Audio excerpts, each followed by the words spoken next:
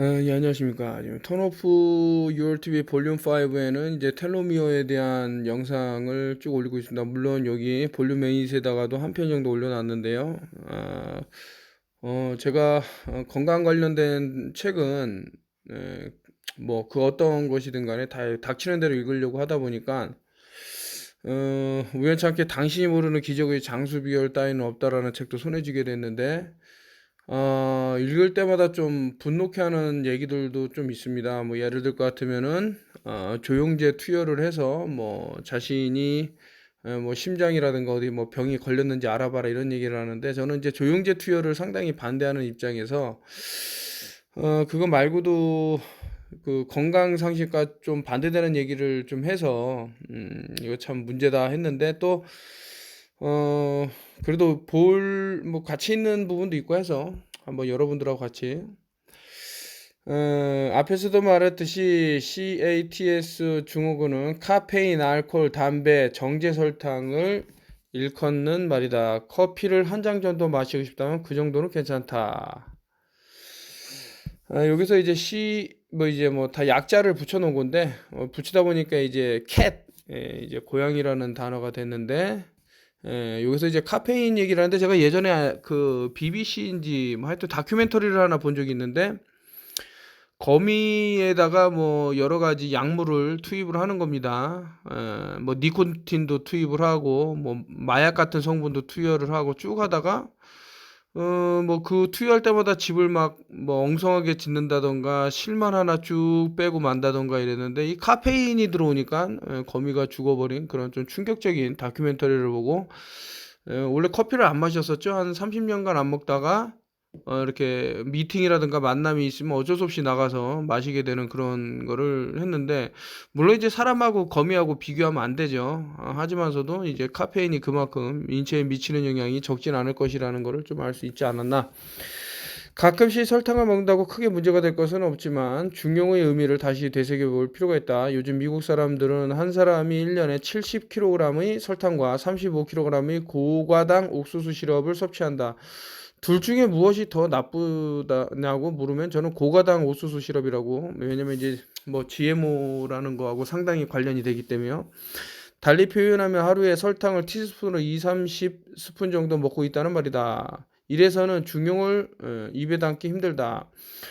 이렇게 유지하다가 이 유지하다가는 신체 대사에 심각한 문제를 일으킬 수 있고 중독 현상을 일으킬 수 있다. 이렇게 중독에 빠지면 건강에 해로운 음식과 음료를 갈망하는 악순환에 빠져나오기 거의 불가능해진다. 제가 여기에 더불어 갖고 지금 이제 뭐 커피라든가 여기서도 이제 뭐 얘기를 쭉 하지만 이제 설탕을 넣어서 먹는, 그래서 제가 이제 아메리카노를 이제 블랙 커피죠 일단 외부에 그런 단 맛을 내는 것을 섭취하지 않을 수 있는 방법이 이제 아메리카노나 이런 걸 먹는 게 낫다 그랬는데, 여기에 조금 이제 문제가 되는 것이 이제 종이컵에 아이스 아메리카노면 모르는데 이제 종이컵에 이제 뜨거운 음료를 부어서 드시는 분이 있는데, 외국에서는 이제 그 병원에 써놓는 데도 있습니다.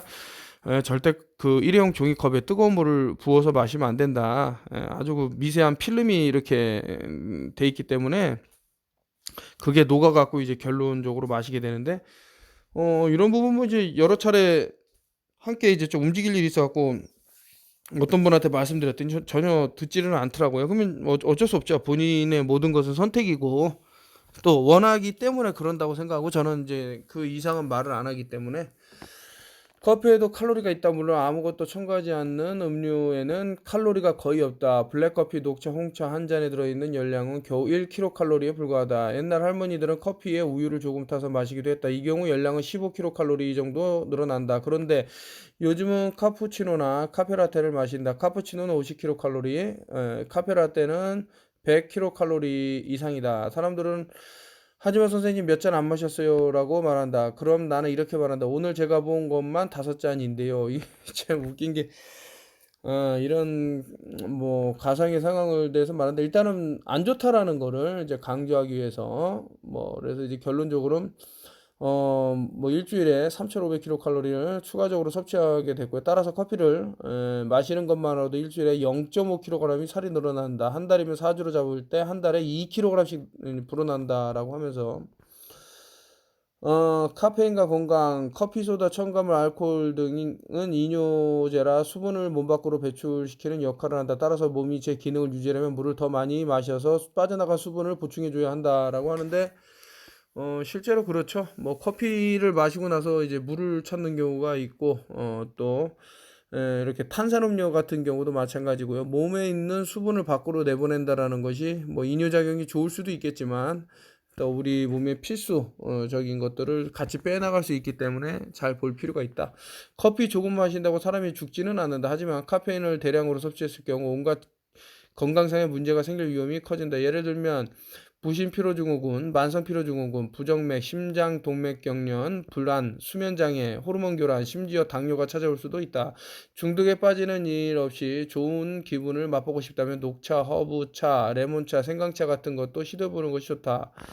이제 뭐 커피를 대신할 것이 많다고 했는데 참 이거는 새겨 들으면 좋을 것 같다라는 생각이 드는 게 특히 근래에 들어서 심장 쪽에 문제가 생기는 분들이 많고 어떤 뭐 혈액이 굳는다던가 혈전이 생긴다던가 이런 것들이 많이 일어나는 마당에 또 카페인까지 같이 이렇게 하게 되면은 좀 안 좋지 않을까라는 생각이 드네요. 훌륭한 대안으로는 체중 감량 효과도 있고 면역 건강을 증진하는 데 도움이 된다. 녹차가 특히 좋다. 이제 녹차는 제가 마셔보니까 잇몸이 좀 되게 더 좋아진다라는 것을 느낄 수 있었고요. 치아도 그러고 녹차 말고도 이제 알로에가 잇몸 건강에도 상당히 도움이 된다. 또 이게 녹차는 이제 뭐 엽록소라고 할까요? 이런 것들이 있기 때문에 그 상당히 혈액도 이제 긍정적인 효과를 가져온다고 알고 있습니다. 아직은 모닝커피를 포기할 마음이 준비가 안 되어 있다면 몸에 적절한 수분을 공급하는 것을 잊지 말자. 그리고 감미료를 도저히 포기하지 못하겠으면 설탕 대신 스테비아를 시도해. 뭐 스테비아가 좋다고 하지만서도 여기에 조금 뭐 문제점을 제기하는 분들도 있습니다. 스테비아는 해바라기과 식물에서 추출한 천연 감미료로 설탕보다 더 달면서도 칼로리는 훨씬 낮다. 제가 이제 누가 스테비아가 좋다 그래서 이제 기르는 작물을 좀 이파리를 뜯어갖고 좀 씹은 적이 있는데 막 두통이 와갖고 좀 혼났는데 사람마다 이게 좀 받아들이는 게 다른가 봅니다. 몸의 기운을 불어넣고 싶다면 블랙커피나 카푸치노 혹은 홍차를 하루에 딱 한 번 오전 10시 30분 정도에 마시자. 꼭 그래야겠다 싶으면 설탕을 한 스푼 정도 넣어도 좋다. 카푸치노가 마시고 싶다면 설탕 거품 위에 뿌리기만 하고 저어서 커피에 녹이지 말자. 그리고 입술로 거품을 걷어 마신다. 이게 좀 내가 탔다라는 어떤 심리적인 걸 줘갖고 마시라는 거죠. 뭐 맛보다는요. 아침 식사에 녹차를 곁들인 기운나고 건강에도 좋다. 그리고 10시 30분이 되면 짠 커피 한 잔으로 저녁까지. 이 글을 쓰신 분이 약간 이제 좀 재밌게 쓰시려고 그런 건지 아니면 좀 이렇게 노파심이 되게 강해서 했던 말을 계속 반복하는 거를 많이 볼 수 있습니다. 한편 담배와 니코틴은 한마디로 백해 무익하다. 중용 따위가 존재할 수 없다. 담배 한 개 피에는 200가지가 넘는 치명적인 독성 물질이 들어있다. 담배 피우는 것은 자동차 배기관에 빨대를 꽂고 일산화탄소를 폐로 빨아들이는 것과 비슷한 효과를 낸다. 흡연은 말 그대로 자살 행위나 다름없다. 흡연자와 비흡연자의 평균 기대 수명은 대략 7, 9년 정도 차이가 난다. 이는 엄연하게 밝혀진 사실이다. 내 말을 듣고 있는가? 저 텔로미어라는 책에서도 이제 흡연과 관련돼서 이제 그 텔로미어를 짧게 하는 그 DNA 손상이라든가 어떤 변형을 주는 데 있어서 참 프리레디칼이라든가 이런 것들의 위험성을 담배라고 말을 하고 있는데 이제 담배는 단순히 본인뿐만 아니고 이제 옆에 있는 사람들에게까지 어떤 악영향을 줄 수 있기 때문에 조금 이제 흡연을 하시는 분들은 뭐 가족이라든가 친구에게 피해를 주고 싶지 않다면 따로 이렇게 피는 게 얼마 전에 참 참 시간을 허비했다고 생각이 들 정도로 좀 좋지 못한 분하고 좀 다녔는데 이분이 담배를 글쎄요, 그것도 이제 뭐 돈이 없다 담배를 좀 좀 사달라 그래서 이제 한 제가 두 보론가 이렇게 사드리고 했는데 그거를 담배 사준 사람 앞에서 계속 피는 거예요. 아우 죽는 줄 알았어요. 하여튼 저는 그때 하여튼 제가 태어나서 마신 담배 연기를 그날 그때 아마 다 마신 것 같은데 와 이게 사람이 진짜 몸이 축나더라. 그래서 일단은 좀 인성적으로나 그 담배를 계속 그 좀 하는 사람들은 조금 멀리할 필요가 있는 것은 아닌가 이런 생각이 듭니다. 그 알아서 다 비흡연자가 있을 때는 조금 연기를 좀 다른 쪽 방향으로 가게 하는 사람들도 있고요. 그리고 이제 신장이 맛이 갔는데 담배를 끊을 수 없는 사람도 이제 봤는데 참 온몸이 퉁퉁 붓는 것도 봤죠. 눈도 잘 못 뜰 정도로. 그게 상당히 자신의 몸을 망치고 있는 것이다. 뭐 이런 생각도 들고요. 흡연자들은 평균적으로 35년 동안 하루에 20개 피와 20개 피의 담배를 핀다. 그럼 총 일시 100, 1000만, 10만, 25만 개 피가 넘는다. 담배 한 개 피마다 독성물질 200가지가 들어있고 그중 40가지는 암을 유발하는 물질이다. 정신이 제대로 박힌 사람이라면 이런 사실을 알고도 담배를 피울 수는 없다. 당장 끊어라. 다시 한번 반복한다. 정신이 제대로 박힌 사람이라면 절대로 담배를 피우지 않는다. 담배 금연에 대한 의지를 밝히고도 할 수 없는 게, 이런, 중독이 됐기 때문에 그렇겠죠. 식품에 제일 가까운 음식은 콩이다. 고품질 단백질 식품이 그 자체로 나쁜 것은 아니다. 개인적으로 생선이야말로 최고의 단백질 식품이 아닐까 싶다. 수많은 완전 단백질 식품, 그 중에서도 특히 육류와 유제품에서 문제가 되는 것은 지방도 대량으로 들어있다는 점이다. 이런 질문도 가끔 듣는다. 조개류 어때요? 콜레스테롤이 많이 들어있다던데 콜레스테롤 사업이야말로 참 재미있는 부분이다. 우리 피 속에 돌고 있는 콜레스테롤 중 4분의 1, 3분의 1 정도가 우리가 먹은 음식에서 나오는 것이다. 나머지 3분의 2 정도는 간에서만 만들어진다. 왜 그럴까? 우리는 콜레스테롤을 너무 많이 섭취하지 않으려고 이렇게도 노력하고 있는데 우리 몸은 대체 왜 나쁜 콜레스테롤을 직접 만들어내기까지 한단 말인가? 우리 몸은 소화를 돕고 성호르몬을 만들고 세포막과 신경을 코팅하는 보호막을 만들기 위해 콜레스테롤이 필요하다. 어느 정도의 콜레스테롤은 반드시 필요하다. 우리 몸에서 콜레스테롤 완전히 사라질 수는 없다. 간에서 만들어지는 콜레스테롤의 양은 아주 풍부하다. 하지만 포화지방, 동물성 지방을 많이 먹을 경우에는 소화와 대사를 돕기 위해 간이 더 많은 콜레스테롤을 혈중으로 짜낸다. 육류, 치즈, 기름기 많은 패스트푸드를 많이 먹을수록 간에서는 더 많은 콜레스테롤을 만들어내는 것 같다. 물론 조개에도 콜레스테롤이 어느 정도 들어있다. 채식인에게 순수한 계란 노른자나 굴 또는 새우, 콜레스테롤이 많이 들어있는 것은 무엇이든를 줘도 그 사람은 혈중 콜레스테롤 농도가 그다지 변하지 않는다. 반면 고기와 포화지방을 많이 먹은 사람들은 콜레스테롤이 풍부한 음식을 주면 혈중 콜레스테롤 수치가 올라간다.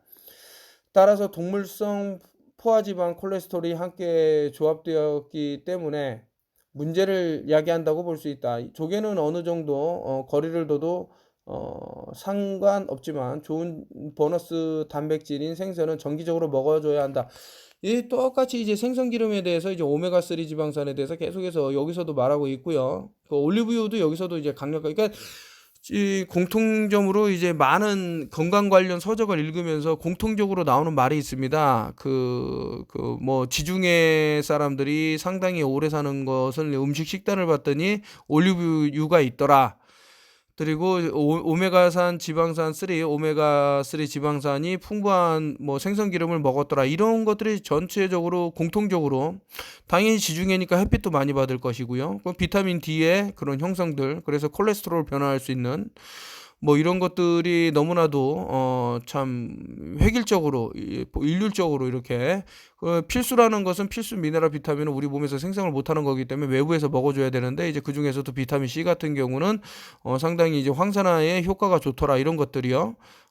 많이 귀담아 들을 블루베리는 말할 것도 없고 브로콜리 이런 얘기를 하지만 이제 브로콜리 같은 경우는 조금 호불호가 가리기 때문에 많이 드시는 것보다는 이제 그 중용의 미를 좀 거두면 좋지 않나 이런 생각이 들고 있습니다.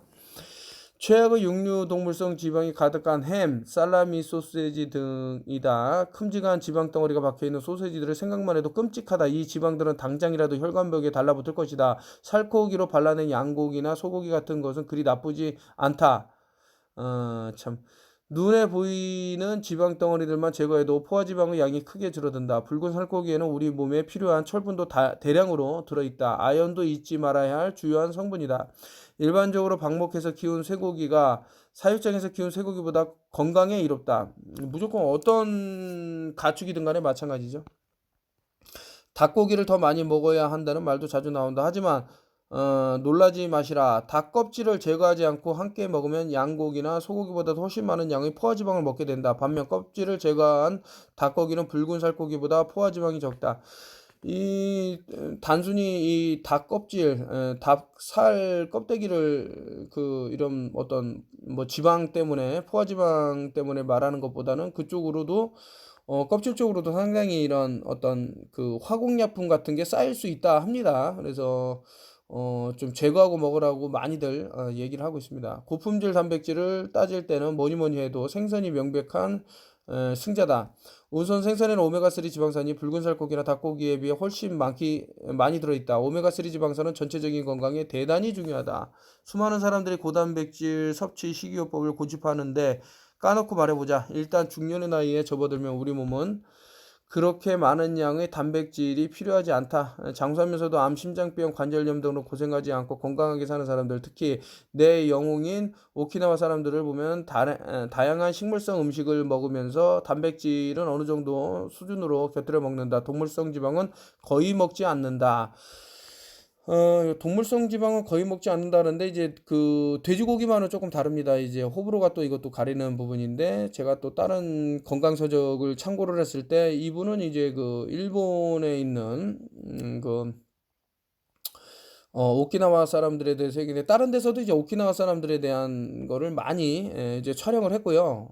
이상하단 말이죠. 오키나와에서 살던 사람이 또 미국이라든가 또 어떤 서양으로 이주했을 때 비슷한 또 병들이 이제 발발하고 이런 것들을 이제 그리면서 이 식단의 중요성을 이제 계속해서 얘기하고 있는데, 오키나와 사람들이 이제 돼지 수육을 많이 먹었습니다. 그러니까 튀기거나 굽거나 이런 게 아니고 삶는 그래서 삶아서 먹으면은 상당히 어떤 뭐 변형을 주지 않고 우리 인체에 잘 흡수되게끔 한다.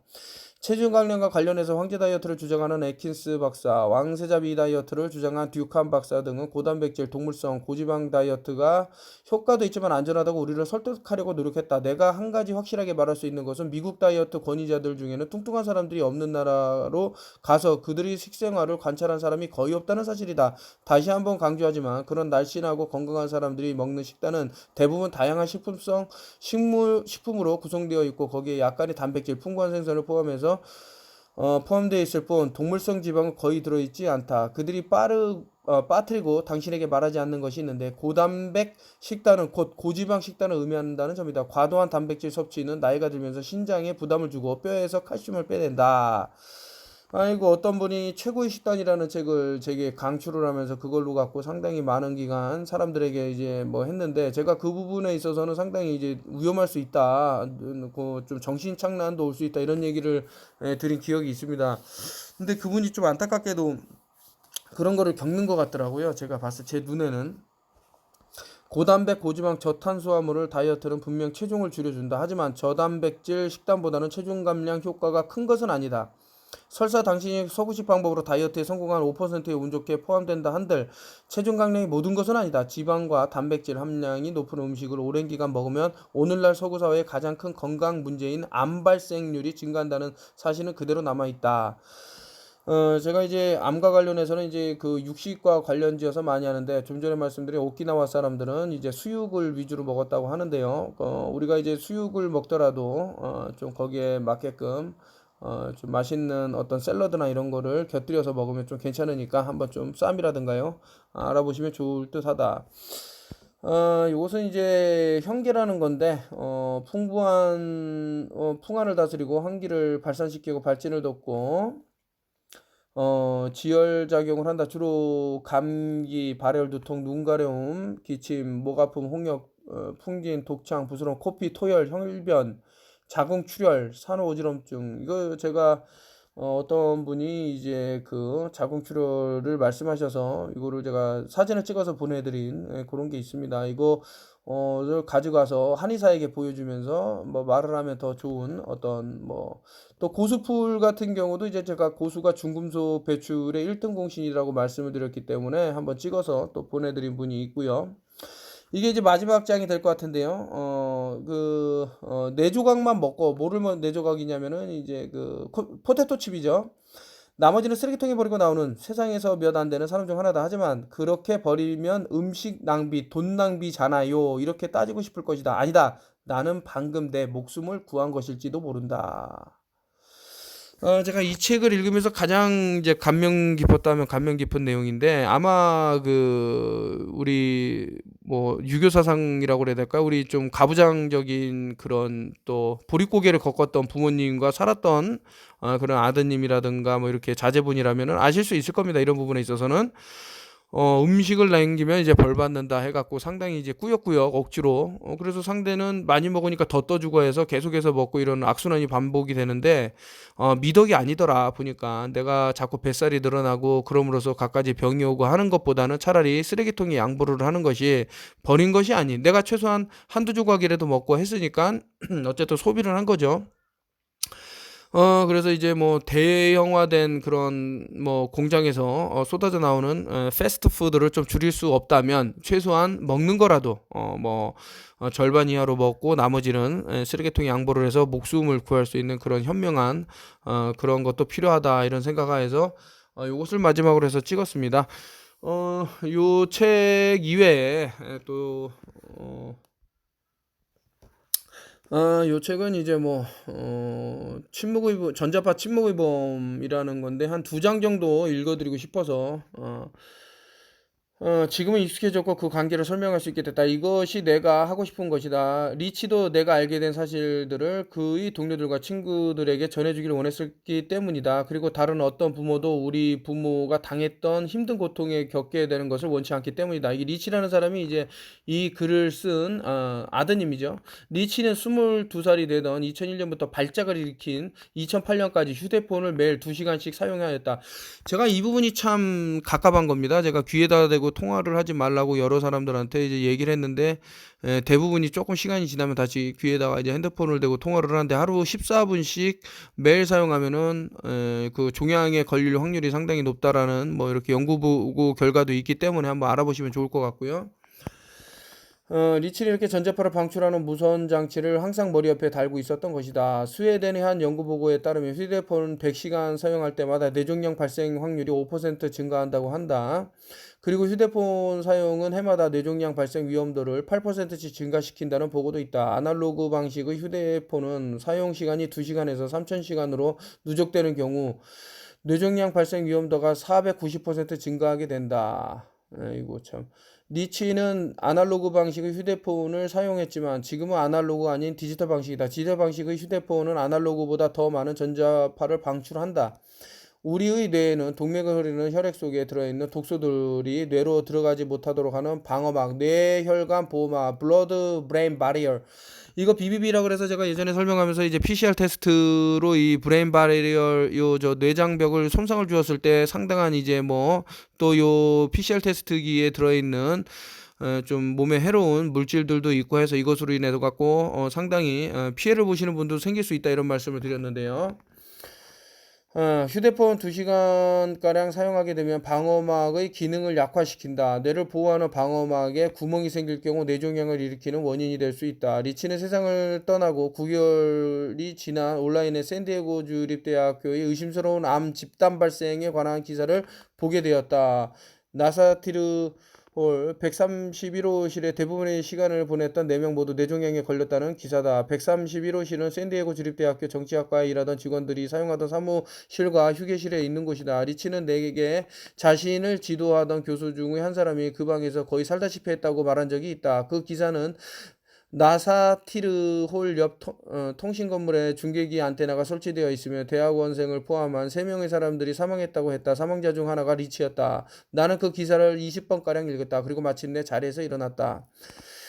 나는 리치가 그렇게나 많은 시간을 보냈던 나사티르홀 옆의 중계기 안테나 타워에 관한 연구를 시작했다. 그건 교정의 내의 가장 높은 곳에 설치된 그웬 타워. 그웬 타워는 비상통신망 그라운드 웨이브 이머전시 네트워크를 말한다. 이 타워 안테나 신호는 경찰, 구급차, 국토안보 네트워크에 사용된 휴대폰의 WiMAX에서도 필요하다. 리치가 입학할 무렵인 2005년 여름에 샌디에고의 주립대학교 안테나는 업그레이드 되었다. 안테나 방출하는 신호는 116km가량 커버하며 거의 모든 구조물을 통과할 수 있다. 구엔 타워는 미국 대학 캠퍼스에 흔히 볼 수 있는 일반적인 것이다. 그 타워에는 고성능 무선 연구 및 교육 네트워크를 위한 접시 안테나도 설치되었다. 이 접시 안테나는 샌디에고 주립대학교 마운트 팔로마 관측소와 인디언 거주지를 인터넷을 연결할 뿐만 아니라 여기서 끝나고요. 제가 이사를 결심하게 된 계기죠. 이게 지금 엄청난 타워, 사진에서 보기에는 뭐 얼마 안 돼 보일지 모르지만 가까이 가면요. 정말 무슨 에펠탑을 보는가라고 생각이 들 정도로 상당히 큰 타워가 이렇게 세워져 있는데 많이 혼났습니다. 여기에서 방출, 뭐 이거라고 딱 단정 지을 수는 없지만서도, 상당히 좀 두통이 있었던 적도 있고 해서, 또 새들도 요 근처를 뭐 날아가지 않는 거를 봤을 때는 어떤 영향이 있는 것은 아닌가라는 의심이 돼서 이제 지금은 다른 곳으로 또 이사를 하게 됐는데, 이제 황토방에 지금 현재 있고, 이거 와이파이가 터지지 않아 갖고 계속해서 이제 통신도 잘 안 되는 그런 환경에 와 있으니까 심신이 편해지더라. 여러분들도 자연으로 이제 돌아가라는 말이 있듯이 조금 자연 속에서 또 명상도 하면서 걷기도 하면서 좀 좋은 공기도 마시고 이럴 필요가 있는 것은 아닌가라는 생각이 듭니다. 일단은 여기에 올려놓고요. 예전에 처음에 시작했던 이제 차코, 이제 마무리라고 하긴 뭐하지만서도, 이제 이익 실현을 최대한, 이제 보여드리고, 이제 다 익시트 할 수 있는 그런 시간을 만들려고, 이제 왔습니다. 이제 9월이나 이제 10월철에는 다 이렇게 정리를 해서, 이렇게 나가시고 또 새로운 또 모델이 디파이 타임이라는 것이 나와서 이것을 여러분들한테 소개를 해드리고 앞서서 이제 성공한 사례도 제가 유튜브에 실어서 이 정도 상당한 이제 이득을 봤다. 은행에 뭐 넣어서 뭐 제로금리 상태에서 의미가 없다라는 것을 누구나 아실 텐데 그래도 상당한 이득을 취하셨다라는 걸 좀 보여드리는 그런 시간도 꼭 갖겠습니다. 예, 감사합니다.